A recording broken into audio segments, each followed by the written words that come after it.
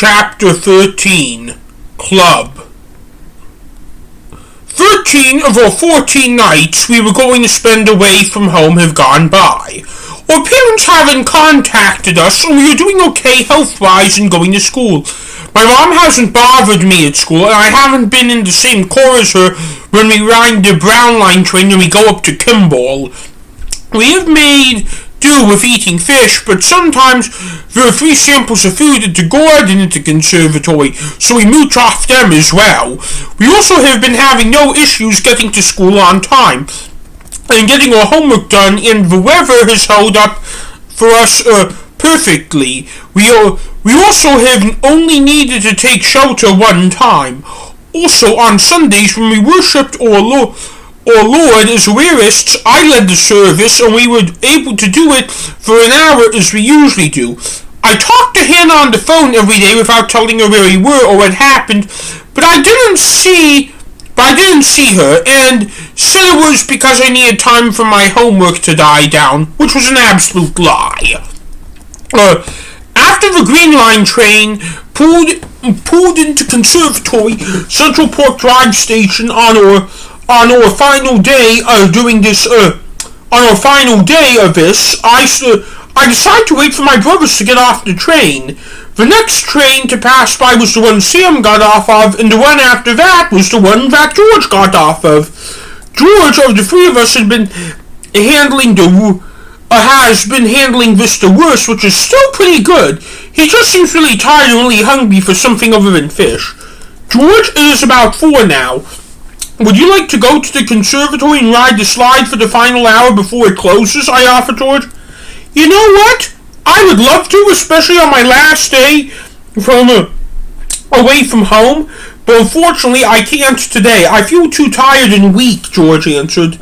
So do you want us to go to our usual spot and stay there? Sam asked. Yes, answered George. We then left the train and went to our usual spot in Garfield Park. We lay down and looked to the west. At this point in the day, the sun was beginning to set, but at this point in the year, the sun won't be set for an hour. I think I am just going to eat until we arrive back in Robbinsog tomorrow, said George. Whoa, are you sure you want to do that? You said we're leaving at 8 tomorrow when we all get up, said George. That's still in 16 hours from now, Sam reminded. I had a pizza party at school today. I'll be fine, said George. Do note that I am now down to my last fish, I warned George. I'll be fine. I am sure that Mommy will make us a big breakfast in the morning, George said. I'm not sure about that, but even if she does, I'll make something big. We then laid on the grass and chatted with each other for about another hour, and then my phone went off and it was Hannah. Hannah? I asked when I picked up the phone. Hi, Dr. M, she greeted through the phone. What's up? I'm starting to get worried about you and all your homework. I don't have much tonight, and I am planning on getting it all done tonight. If you want to go on a date, can we do it tomorrow? Well, actually, with all the dating we have done, and with all the pleasant conversations, I think it is time for one of us to meet the other's parents. Oh, I'll tell you what. My parents are both busy right now, but I can call you tomorrow and offer you times for you to meet them, I said to Hannah through the phone. Okay, Hannah responded.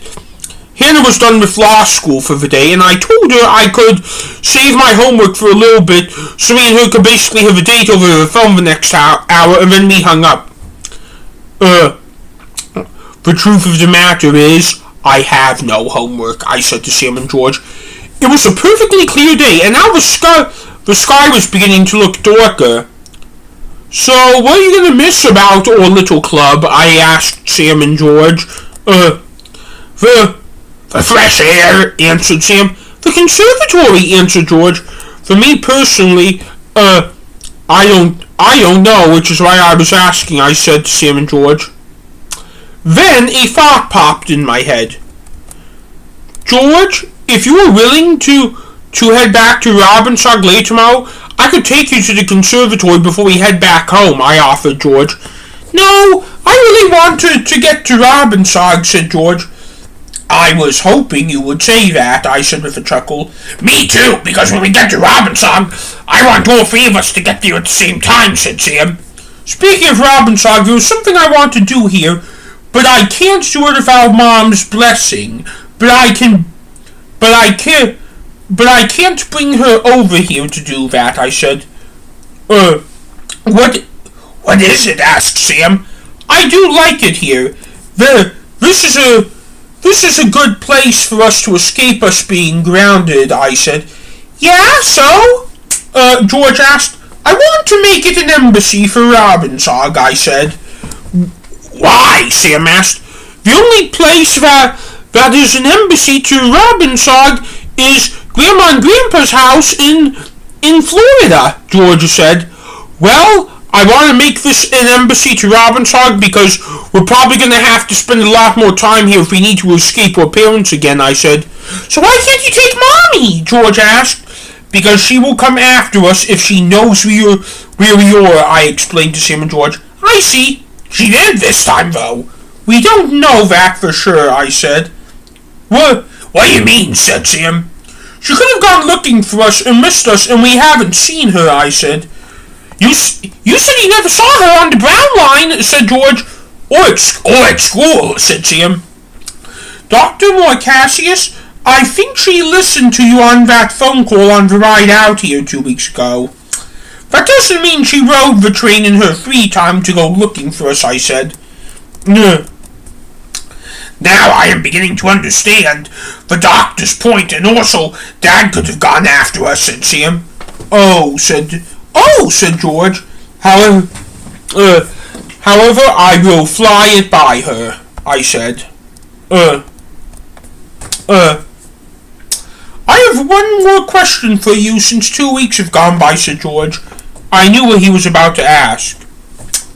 I am going to talk it over with Mom and Dad when we get back tomorrow, but I think we are all going to meet Hannah on Sunday if Mom and Dad approve of it, I said.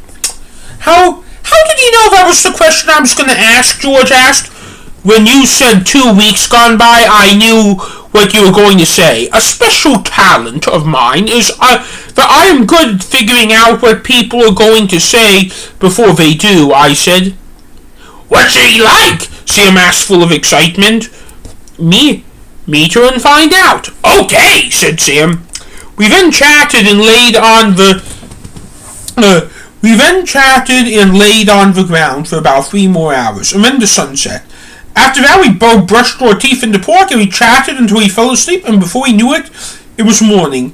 I was the first to wake up, and I was just walking in the vicinity of the area, and about 10 minutes later, Sam woke up, and I think he woke up George totally by accident. What time is it? George asked. 8 on the die, I said.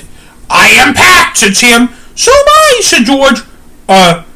I am too. Remember, we did it last night when we were talking, I said. I reminded Sam and George. Yes, said Sam and George. Then I think we should get ready to go to the next Green Line train to Ashland and 63rd or Cottage Grove to get off at Adams and Wabash and the Loop, I said to George. George took off like lightning. Wait for us at the platform! I want us all on the same train! I yelled to George as he was running off. I will! Yelled George in the distance. Me and Sam could see him the whole time because the station was never more than 300 feet away from us.